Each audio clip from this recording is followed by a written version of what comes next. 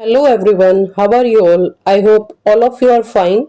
So in the previous video, I have told you about the production of dairy products at home. We have discussed all the microbes and the processes involved in the production of dairy products that are given in NCERT. तो previous video तक मैंने सारे dairy product जो कि NCERT में given है वो आपको एक्सप्लेन कर दिए थे। उनका प्रोसेस ऑफ प्रोडक्शन मैंने आपको एक्सप्लेन कर दिया है और कौन कौन से माइक्रोब्स उनके प्रोडक्शन में यूज होता है वो भी मैंने आपको बता दिया है।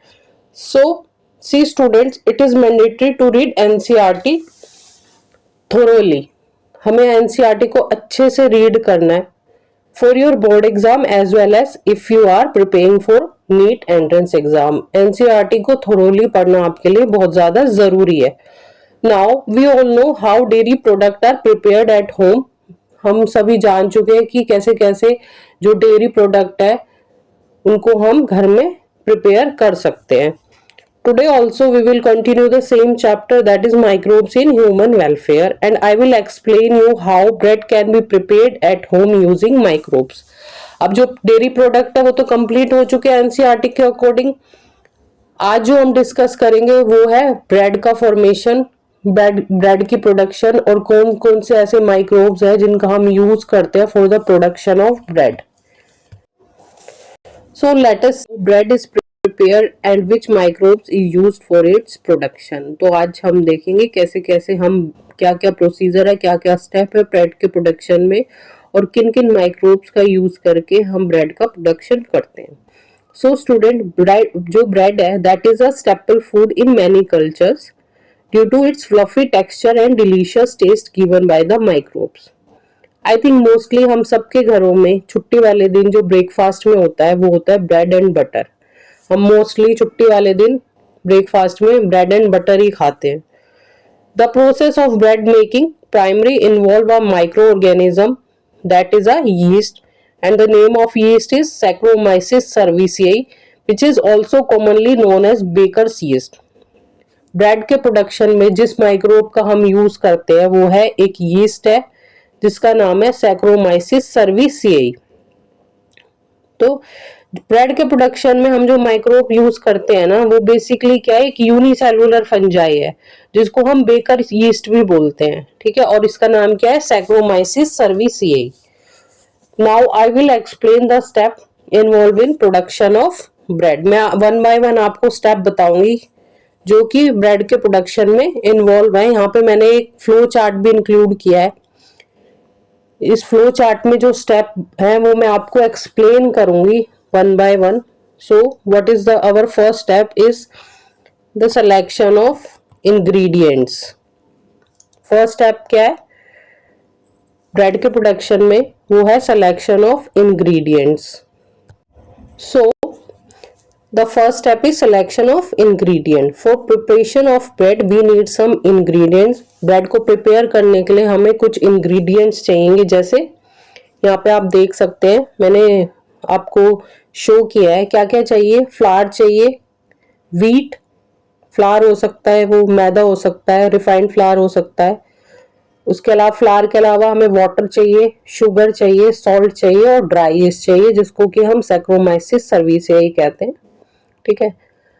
अब ये तो है फर्स्ट स्टेप कि हमें सबसे पहले इंग्रेडिएंट को सेलेक्ट करना होगा जो जो कि जिनका कि हम यूज करेंगे ब्रेड के प्रोडक्शन में या ब्रेड के प्रिपरेशन में।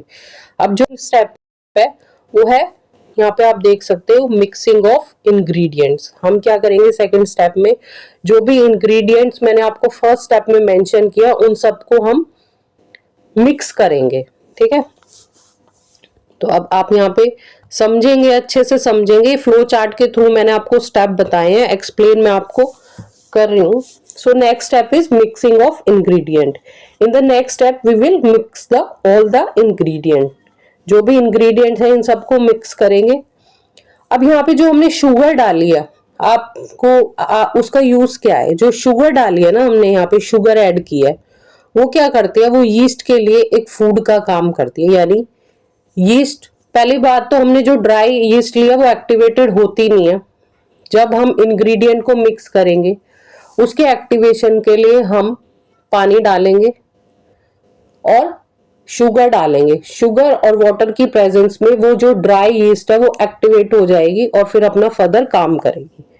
तो जो ये शुगर है इसका काम इतना है, just that will serve as a food for the yeast. अब जो नेक्स्ट स्टेप है वो है नीडिंग ऑफ डो।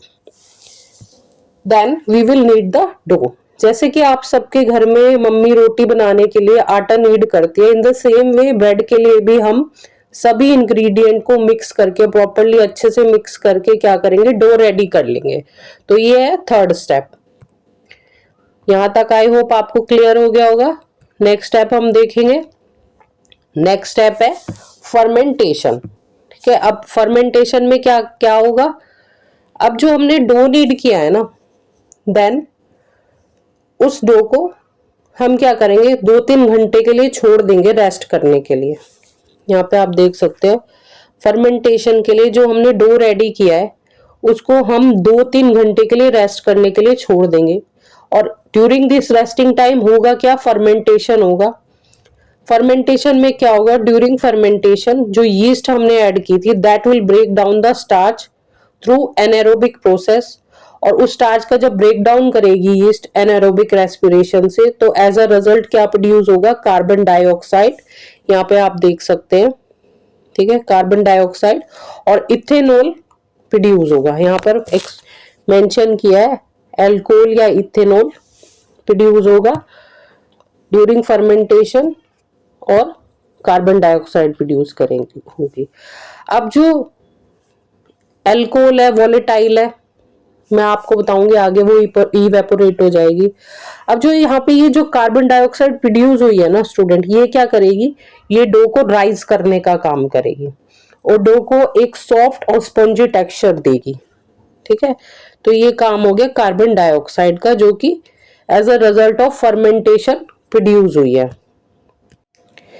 ये जो डो का राइजिंग प्रोसेस होता है इसको लीवनिंग भी बोलते हैं। क्या बोलते हैं, लीवनिंग। यहाँ पे मैं आपको स्पेलिंग बता देती हूँ, इंपॉर्टेंट है, LEAVNING, लीवनिंग।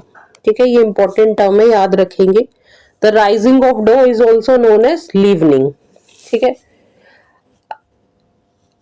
इतना समझ आ गया होगा। अब एक्चुअली होता क्या है ड्यूरिंग फर्मेंटेशन, जो ये ये जो एक्टिवेटेड यीस्ट है ये करती क्या है, जो एक्चुअली जो ये एक्टिवेटेड यीस्ट है ना that will produce and release 3 type of enzyme. Activated जो यीस्ट है वो 3 तरह के एंजाइम प्रोड्यूस करेगी। फर्स्ट है एमाइलेज, सेकंड है maltase and last one is जाइमेज। मैं यहाँ पे आपको बता देती हूँ नाम, एक मिनट। यीस्ट जो है 3 टाइप के एंजाइम प्रोड्यूस करेगी। फर्स्ट है अमाइलेज, सेकंड है माल्टेज और थर्ड है जाइमेज। ठीक है, अब इनके मैं आपको काम बताऊंगी, तीनों एंजाइम करेंगे क्या। तो फ्लावर में क्या होता है, स्टार्च होता है। फ्लावर में जो भी हमने फ्लावर लिया है ब्रेड के प्रिपरेशन के लिए उसमें स्टार्च होगा। तो ये जो अमाइलेज है ना ये क्या करेगा, उस स्टार्च को माल्टोज में कन्वर्ट करने का काम करेगा। स्टार्च क्या है, that is a polymer of glucose, and maltose क्या है, माल्टोज में 2 ग्लूकोज की यूनिट होती है। यानी जो अमाइलेज है वो कॉम्प्लेक्स ग्लूकोज को, ठीक है, यानी ग्लूकोज के पॉलीमर को सिंप्लीफाई कर देगा, पॉलीसेक्राइड को सिंप्लीफाई करके डाइसेक्राइड में कन्वर्ट कर देगा। पॉलीसेक्राइड क्या है यहाँ पर, स्टार्च, और डाइसेक्राइड क्या है, माल्टोज है। अब इस माल्टोज पे एक्ट करेगा माल्टेज एंजाइम, और ये माल्टेज एंजाइम क्या करेगा, माल्टोज को ग्लूकोज में कन्वर्ट कर देगा। ठीक है, माल्टोज को ग्लूकोज में कन्वर्ट कर देगा।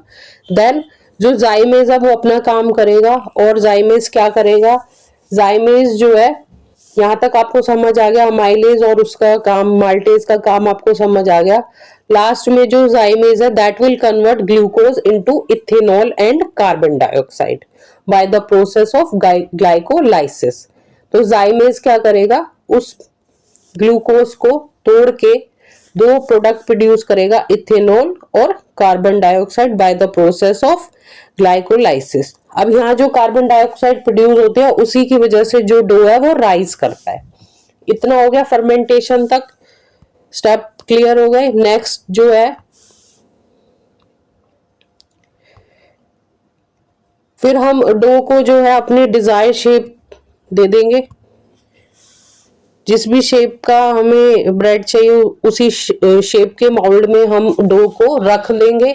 फिर उस डो की क्या करनी है, नेक्स्ट स्टेप में हमें बेकिंग करनी है। ठीक है। After fermentation the dough will be placed in oven for baking at high temperature. Dough को मोल्ड में रख के हम ओवन में रख देंगे हाई टेम्परेचर पे, ताकि वो बेक हो सके। और बेकिंग के दौरान होगा क्या, जो इथेनॉल है वो भी रिमूव हो जाएगी और कार्बन डाइऑक्साइड भी एस्केप हो जाएगी और डो को क्या मिल जाएगा, एक सॉलिड स्ट्रक्चर मिल जाएगा और हमारे पास after baking loaf of bread तैयार हो जाएगा। और उस लॉफ को कट करके ब्रेड के स्लाइसेस प्रिपेयर किए जाते हैं। ठीक है, ये हो गया बेकिंग में। नेक्स्ट स्टेप है कूलिंग एंड पैकिंग। जो लॉफ तैयार हो गया उसको ठंडा करेंगे, देन उसको कट करके पीसेस, ब्रेड के पीसेस में कन्वर्ट कर लेंगे और पैक कर देंगे। सो ये ओवरऑल प्रोसेस है ब्रेड के प्रोडक्शन का। आई होप आपको यहाँ तक क्लियर हुआ होगा। तो अगर आपको कोई भी डाउट है तो आप कमेंट सेक्शन में बता सकते हैं। आपके कोई भी सजेशन है वो भी आप कमेंट सेक्शन में बता सकते हैं। Thank you so much for watching.